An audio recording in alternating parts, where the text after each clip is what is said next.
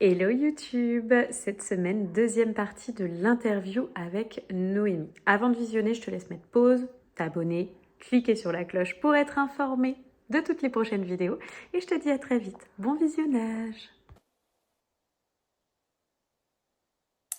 Bon, on a fait une petite pause, Noémie. T'as changé de Oui, décor. pause tété oblige. C'est ça. Bon, du coup, on finissait tout à l'heure à parler en plus du corps qui se remet sur le postpartum, sur le mois d'or, d'autant plus après un accouchement. Je sais plus où je parlais. En fait, je viens de voir une vidéo à l'entre-deux où on a discuté d'une maman qui venait d'accoucher et qui était en fauteuil roulant.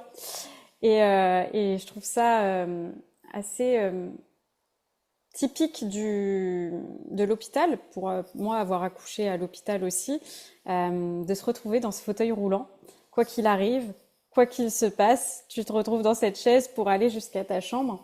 Et moi, j'en ai parlé ici, j'ai monté et descendu mes escaliers sans problème après mon accouchement. Et toi, tu parlais de ton papa qui disait, mais c'est pas possible, quoi, je te crois pas. Donc, il y a aussi cette différence très marquante selon les accouchements, s'ils sont à la maison ou s'ils sont vécus à l'hôpital. Et, euh, et pour autant, on s'est pas dit derrière ça que nos corps étaient plus forts que les autres, parce que justement, on a privilégié ce temps du mois d'or pour l'honorer au final et le laisser se reposer et se refermer.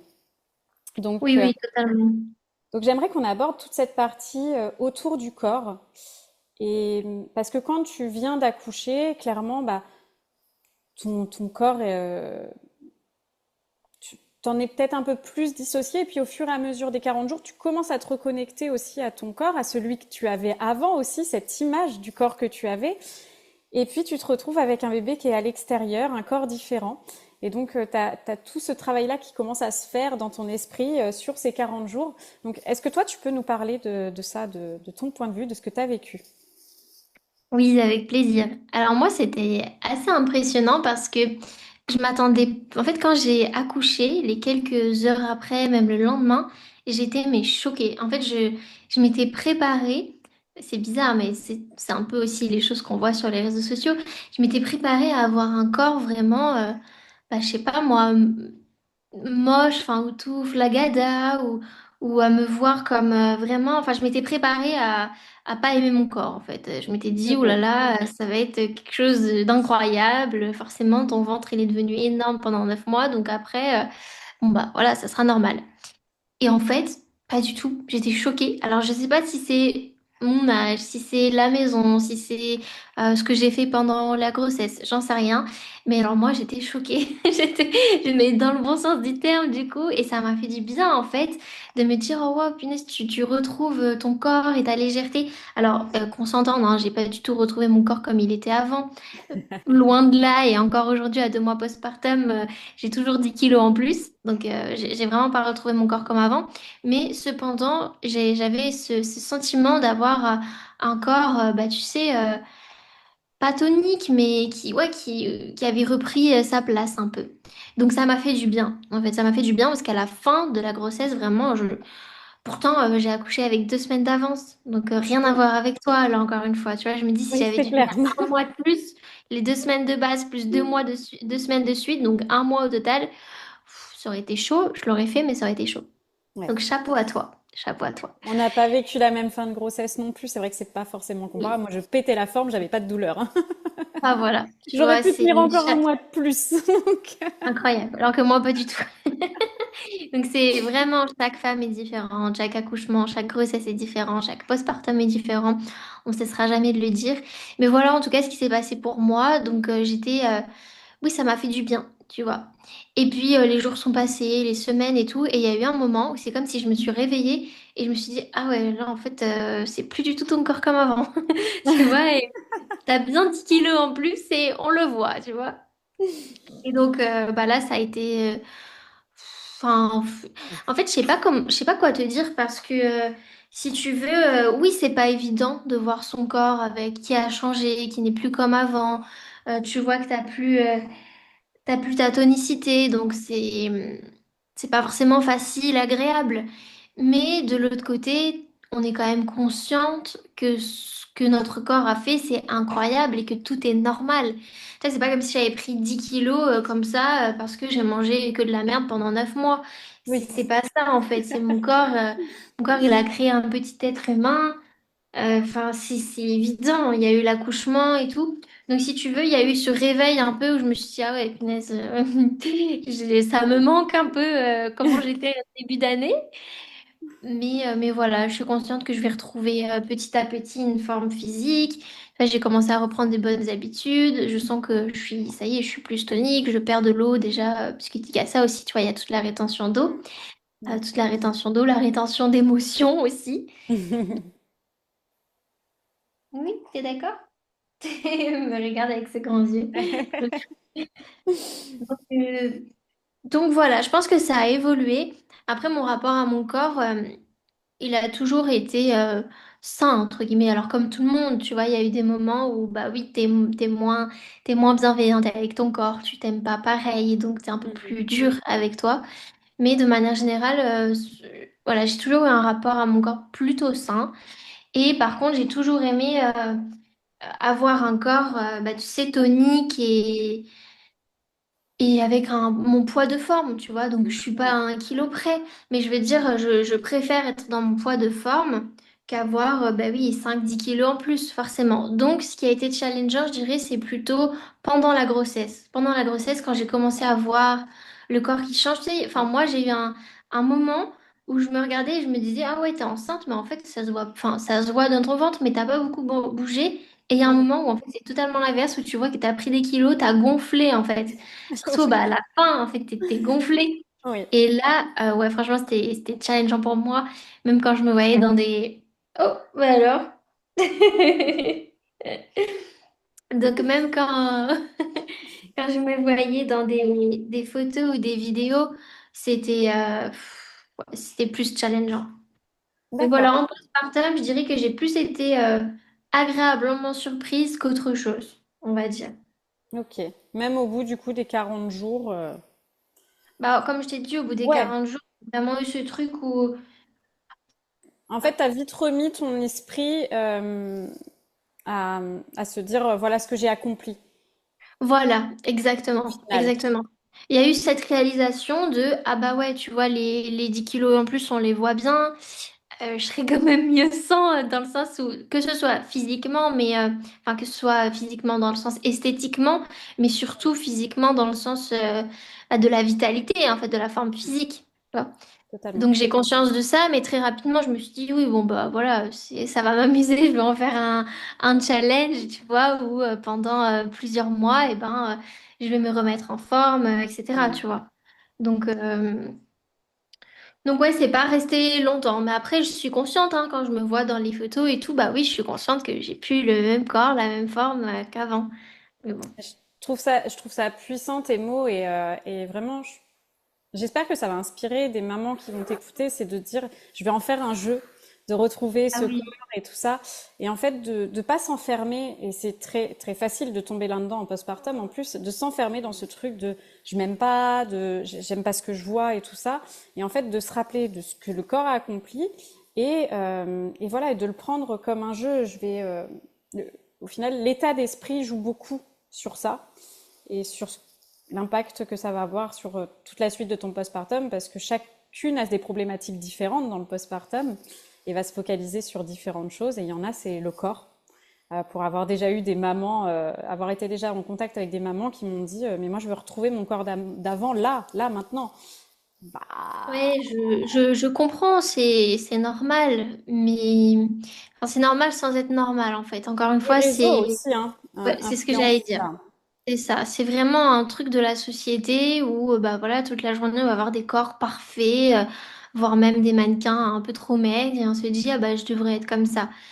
Moi, je pense que tu sais, j'ai une vision un peu particulière, mais je suis pas pour le body positive à l'extrême. C'est-à-dire que je trouve que le body positive aujourd'hui, c'est même plus du body positive, ça vient du non-sens où on vient à rendre légitime quelqu'un, enfin une femme ou un homme qui est vraiment en surpoids, qui a de la cellulite, qui est pas bien. Il faut savoir que la cellulite, c'est un amas de graisse, c'est pas normal. Tu vois, c'est pas non seulement, enfin c'est même pas l'aspect esthétique en fait que je parle, c'est que on s'en fout de l'aspect esthétique, c'est l'aspect santé. Quand on comprend les choses, Exactement. quand on comprend ce que ça fait que d'être en surpoids, d'avoir beaucoup de cellulite, etc., on se dit, bah ok, je suis pas en bonne santé, donc en fait, ça devient problématique pour mon énergie vitale. Et donc, il y a ça d'un côté. Et de l'autre côté, quand une femme vient d'accoucher, bah, tout de suite, oui, elle voudrait retrouver son poids et tout, mais on marche sur la tête. En fait, ça, pour le coup, c'est plus OK d'accepter une femme qui a pris 10 kilos, 20 kilos, il y en a qui prennent 30 kilos. Et ben oui, c'est normal, elle va pas retrouver son corps comme ça, mais c'est pas, on n'est pas dans, enfin, c'est pas pathologique, quoi. Comme je disais tout à l'heure, c'est pas parce que pendant plusieurs mois, on a fait vraiment de la catastrophe sur le plan hygiène de vie que du coup on en vient à avoir tout ce poids. C'est pas du tout ça. Donc je comprends, hein, vraiment, je ressens la même chose. Les femmes qui voudraient retrouver leur corps tout de suite. Mais c'est ok. Et puis après, on est toutes différentes. Je sais qu'il y a des femmes aussi qui ont retrouvé leur corps hyper rapidement parce qu'elles n'ont pas pris beaucoup, beaucoup de poids pendant la grossesse. Et donc 2 mois après, le peu de kilos qu'elles ont pris, et ben ça y est, ça s'est échappé. Ouais. Bah ouais, mais bon, c'est pas comme ça pour la plupart des femmes. En fait, ça, c'est vraiment une exception. On est bien d'accord, on est bien d'accord. Et souvent, d'ailleurs, dans le milieu médical, c'est beaucoup plus reconnu, cette prise de poids, et validée par les sages-femmes que par les médecins, les gynécologues et tout ça, où on t'alerte un petit peu. Moi, je sais que, par Ouais. exemple, et je pense que c'est bien aussi de le dire, alors je sais pas si toi tu voudras le partager, moi j'ai pris 23 kilos sur cette grossesse et j'avais pris quasiment pareil pour mon fils. Et voilà, mon premier gynécologue m'avait dit d'ailleurs, oh là là, mais c'est beaucoup trop. Alors moi qui ai un passif d'il y a 10 ans d'anorexique, quand je prends dans la tête oh là, c'est beaucoup trop, vous prenez du poids et tout ça, normalement c'est maximum 12 kilos, il m'avait dit. Ouais, bah Non, mais je fais c'est quoi? aberrant. Donc Ouais, voilà, donc, c'est. on est beaucoup malgré tout à prendre bien plus que 12 kilos. Donc Bah oui, oui, c'est aberrant. Moi, j'ai pris quasiment 15 kilos, un tout petit peu moins, 14 et quelques. Donc, on va dire 15 kilos. Et, euh, et oui, c'est aberrant. En plus, venant d'un homme qui a jamais vécu ça, t'as envie de lui dire, enfin, t'es qui pour me dire ça, quoi, tu vois. ouais. Et puis, c'est encore une fois, on marche sur la tête. Ça veut dire qu'il faudrait contrôler le corps humain, que le corps n'est pas capable de savoir ce qui est bon pour lui ou pas. Mm, mm. Enfin, c'est dans la même continuité que ce qu'on fait avec les accouchements et les allaitements. Exactement, La même exactement, aberration. exactement. Donc à un moment, il faut savoir s'écouter. En tout cas, c'est le message là sur la partie du corps et, euh, Totalement. et le respecter. Pas que sur ces 40 jours, même de mois d'or, et bien plus après, parce que ça prend du temps de se Ouais, retrouver. carrément. Euh, du coup, on a balayé pas mal de sujets. On a balayé les soins que tu as pu mettre en place. Je trouve ça aussi, je vais juste rebondir sur quelque chose, c'est tu as repris des massages lymphatiques pour toi. Et est-ce que c'est quelque chose, tu l'as commencé après le mois d'or? Est-ce que tu aurais pu le mettre en place pendant le mois d'or? Vu que tu as quelques connaissances là-dessus, je me dis que ça peut être intéressant d'en parler. Oui, carrément. Alors, le massage lymphatique, ça fait longtemps que je fais ça maintenant. Enfin, longtemps, oui, ça fait bien plus d'un an.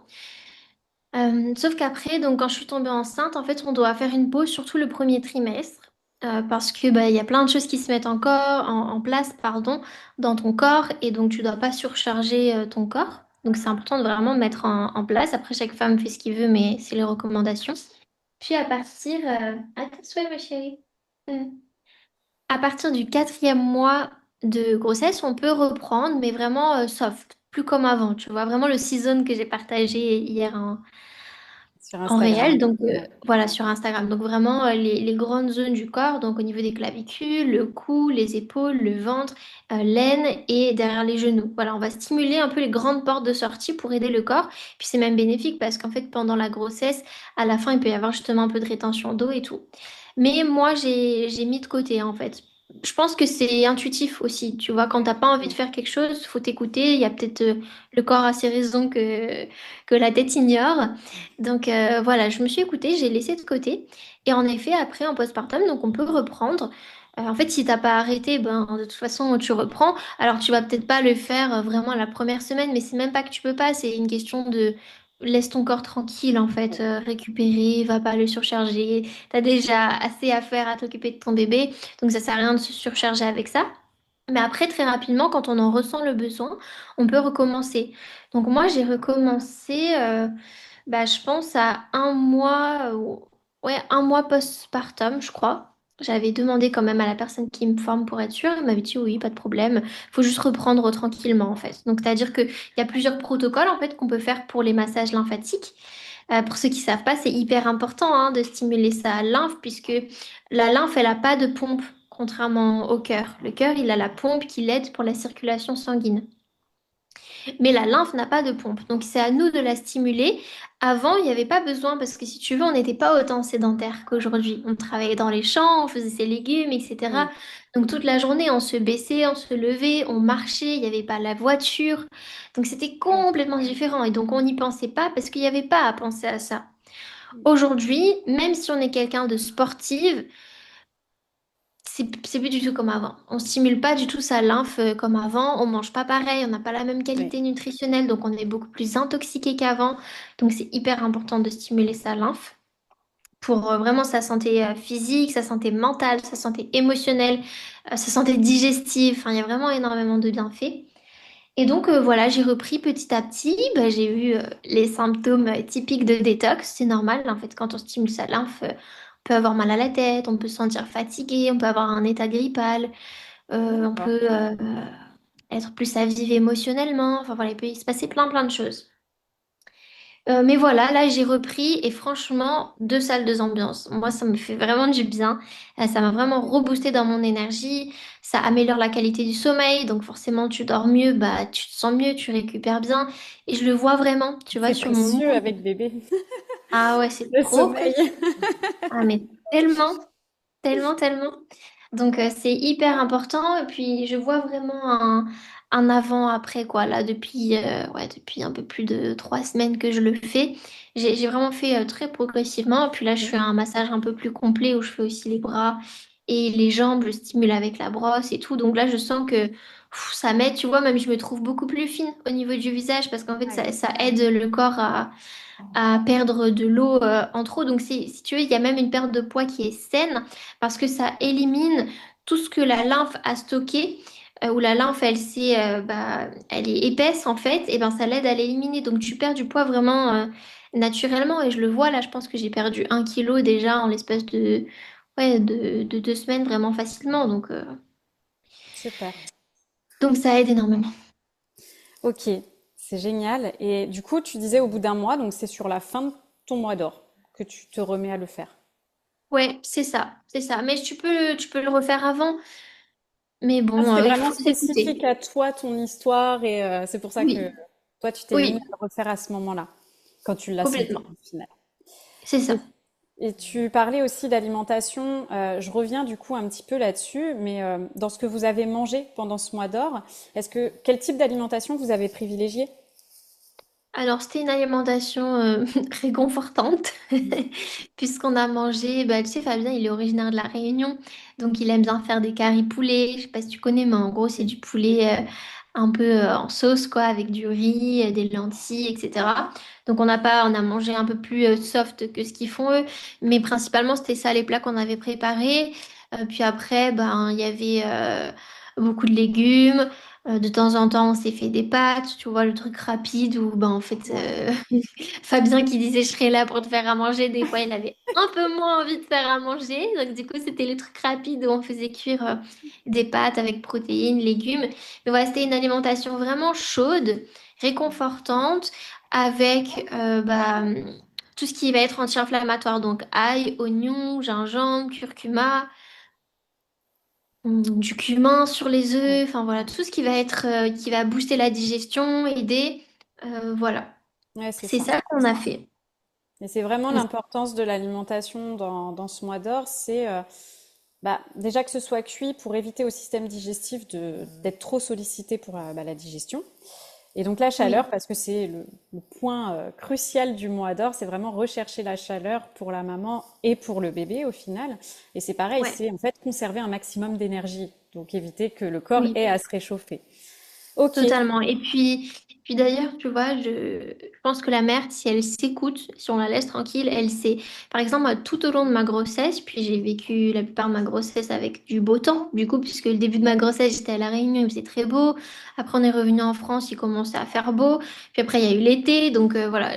Et du coup, tout au long de ma grossesse, tu vois, je mangeais des choses fraîches, des salades. Le matin, je prenais du yaourt de chèvre avec des fruits. Enfin, j'avais vraiment envie de fraîcheur, de vitalité et tout. pareil. Et au moment où j'ai accouché, impossible de reprendre un Ouais. yaourt de chèvre ou un yaourt au lait cru.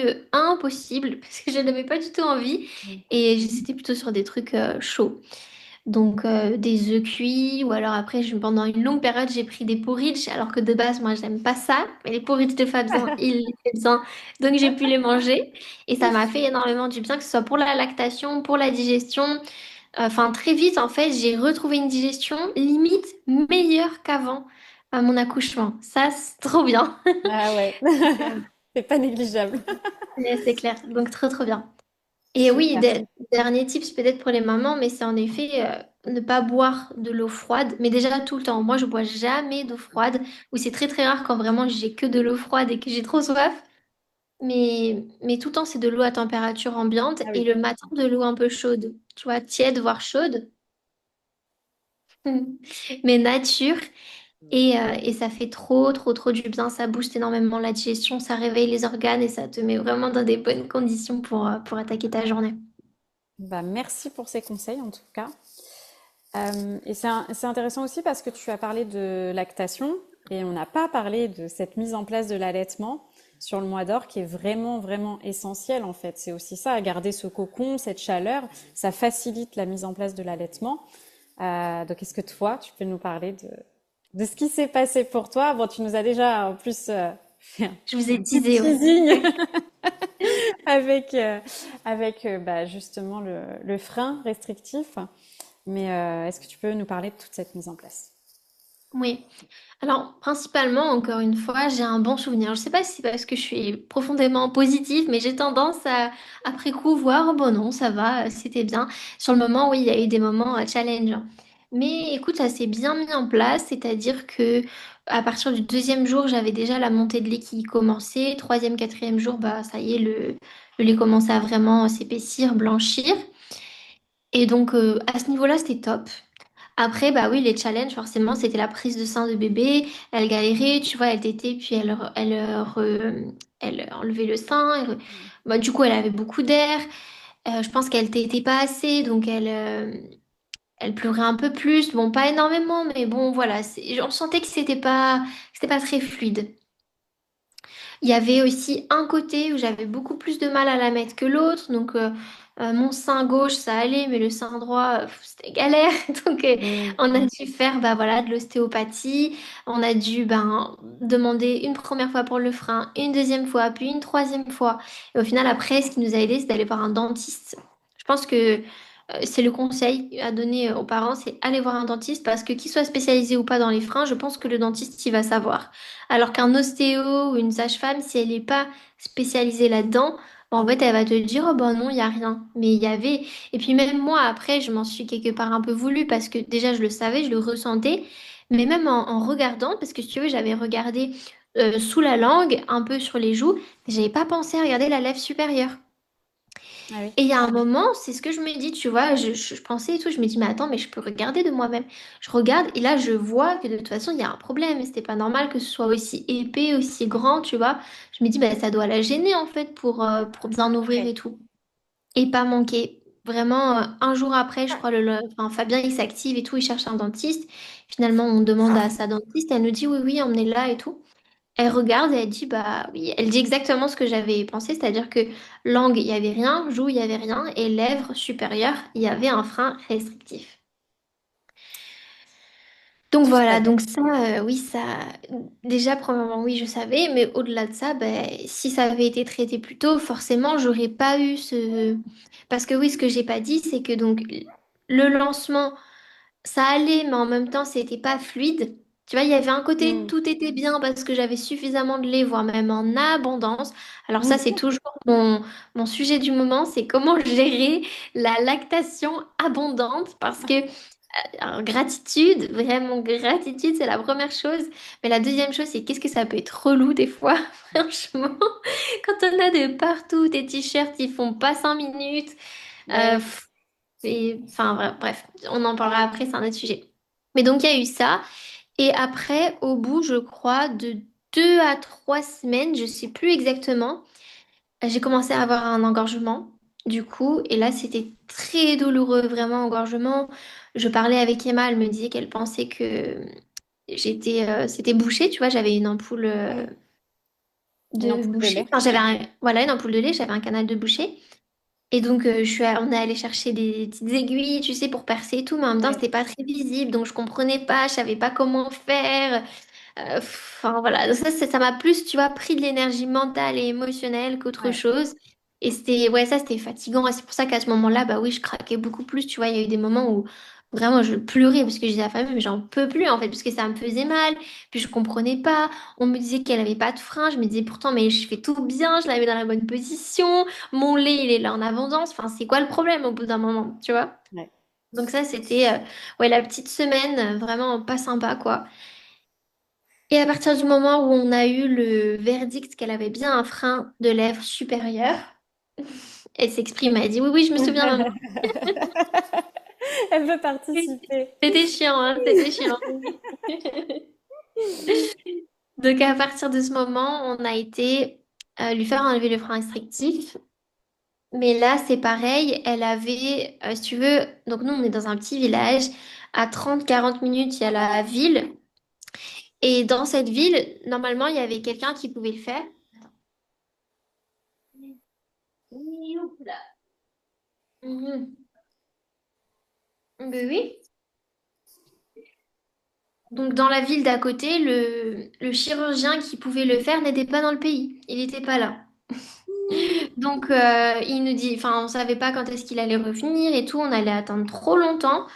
Donc ce qu'on a fait, c'est qu'on a demandé à notre dentiste de nous donner un autre contact, quitte à faire de la route en fait, parce que clairement ça devenait, je préférais faire de la route et casser un peu, tu vois, ce cocon, ce mois d'or dans lequel j'étais, plutôt que de rester avec ce problème et que ce soit vraiment galère et douloureux l'allaitement. Donc, du coup, on a trouvé quelqu'un à 2 heures à peu près de chez nous. Ah Donc, ouais. on a fait 2 heures de route. Bon, ça s'est très bien passé. Le bébé était très calme. Enfin, la route, les bébés, voilà quoi. Ça, c'est bien. À Oui. cet âge-là, c'est pas trop problématique, hein. Voilà. C'est ça, c'est pas trop problématique. Donc ça s'est plutôt bien passé. C'est juste que bah, c'était fatigant. Ça me sortait de mon cocon. Mais bon, on a rendu ça sympa. En fait, c'est toujours ça. C'est dès qu'il y a des challenges, franchement, faut en faire un jeu, quoi. Donc, on s'est pris un petit hôtel. Voilà, on a fait de notre mieux. Et puis l'opération s'est fait, enfin l'opération, oui, c'est le petit geste chirurgical, on va dire, s'est fait très très vite. Et puis bah après, il y a eu pareil 1 semaine de latence, tu vois, où il y avait encore un peu des petits, bah, on voyait qu'elle avait pris les habitudes de la tétée, tu vois, on voyait que Ouais. il fallait encore faire un peu de rééducation quelque part. Mm. Et voilà, et puis maintenant, bah, impeccable. Elle prend bien le sein, tout va mieux. Voilà, bon, elle a eu un moment un peu mal au ventre, il y a eu des rejets, etc. Bon, tous les Mm. petits tracas qui va avec, en fait, tu vois. Ouais. Ouais. Mais maintenant, ça va mieux. Tu tiens ta tête? Super. Et on remarquera quand même que nos bébés sont relativement calmes. Oui, c'est clair. C'est clair. Surtout la tienne, hein, pour le... Je lui avais dit aujourd'hui, faut Ah vraiment être ouais, calme. ah, trop chou. Euh, Dernier point que je voudrais aborder, parce que c'est vrai qu'il y a tellement de choses à dire, on pourrait en parler pendant des heures, mais c'est euh, comment tu t'es habillée sur ce mois d'or. Parce que tu vois, tu as parlé bah, des t-shirts à changer régulièrement, et, euh, et en fait, pourquoi? Alors, c'est pas dans un sens esthétique. Je te demande même pas si tu t'es maquillée, coiffée. Enfin voilà, c'est pas du tout le sujet. C'est de dire quel type de vêtements tu as privilégié dans ton postpartum en fait.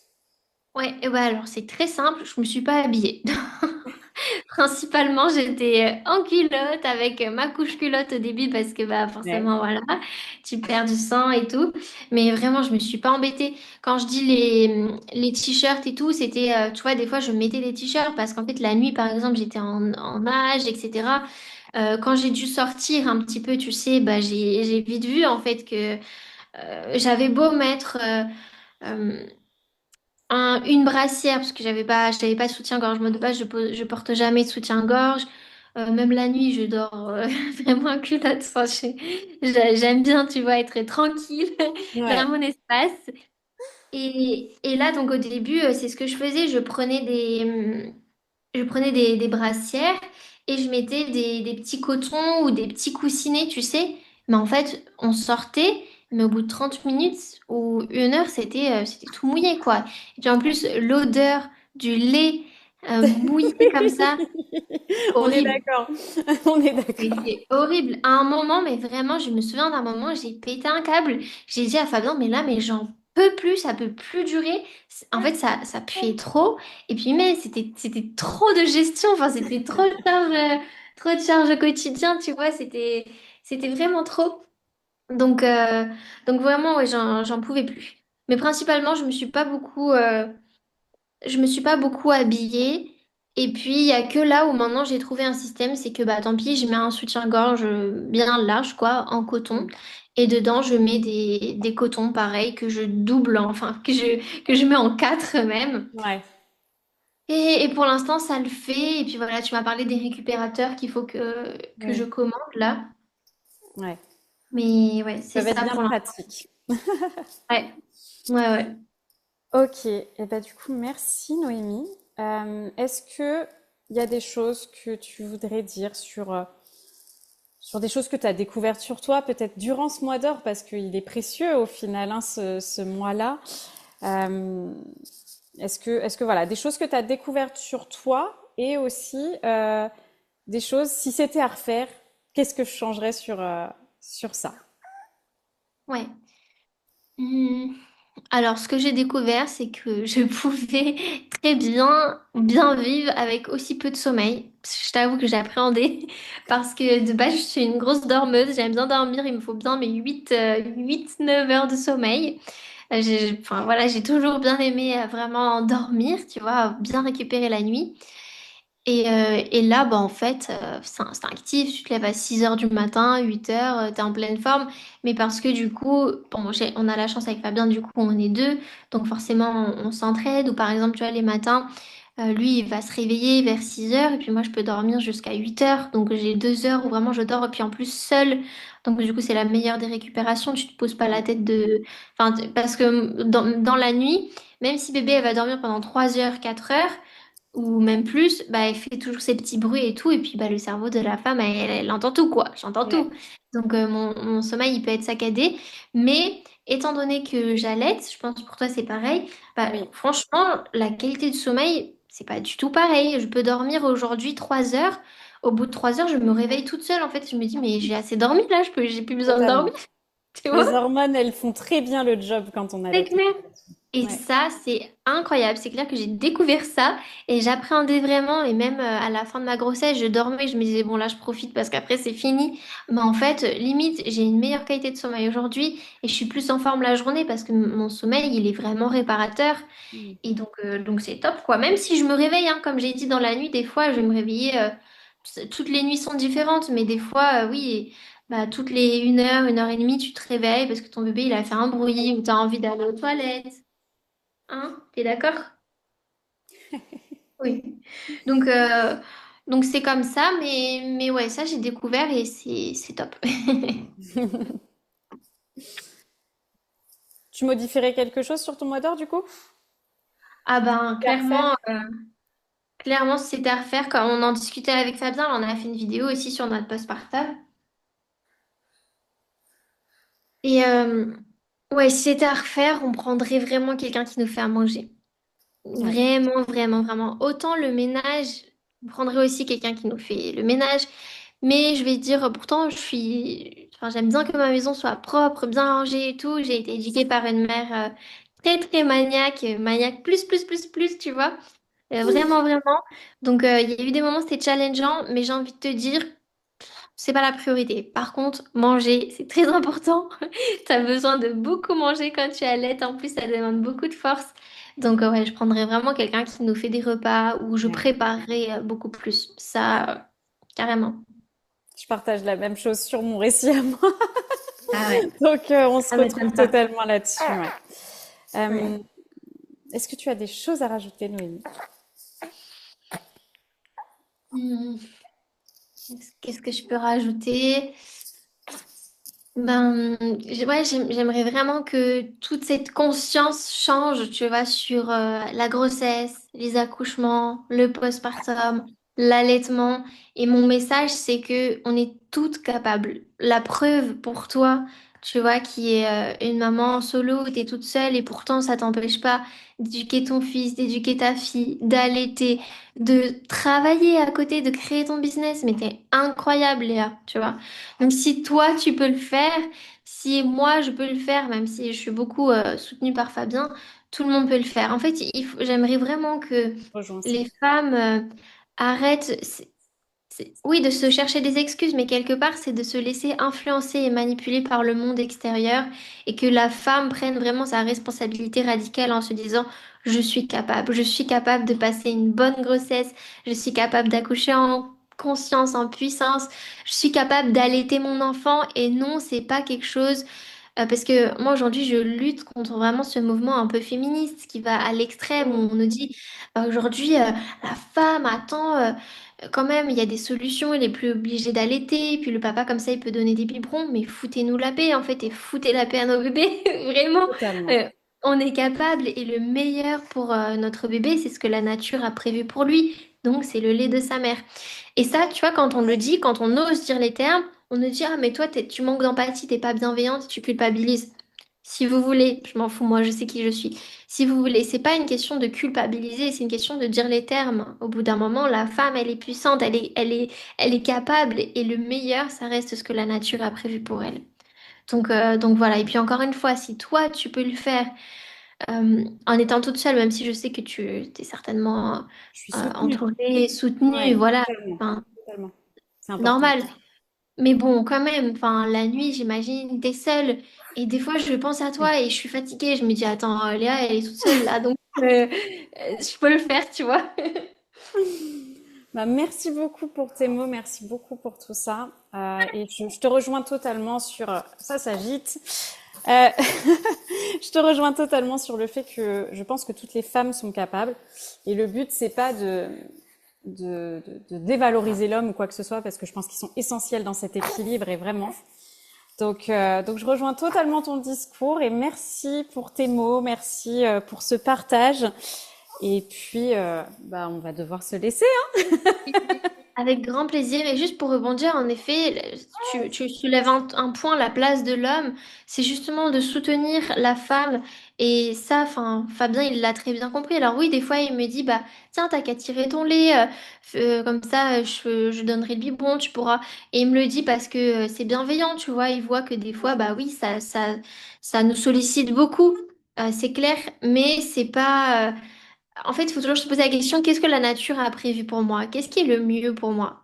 Et à partir de là, tout roule. Ouais, Voilà. totalement. Bah, merci beaucoup, Noémie. Je mettrai tous les liens pour que chaque personne puisse retrouver votre histoire d'accouchement, de postpartum, du coup. La vidéo va bientôt sortir aussi, alors. Et puis, bah, un grand merci. Merci à toi, Léa, c'était trop sympa. Ok. Salut.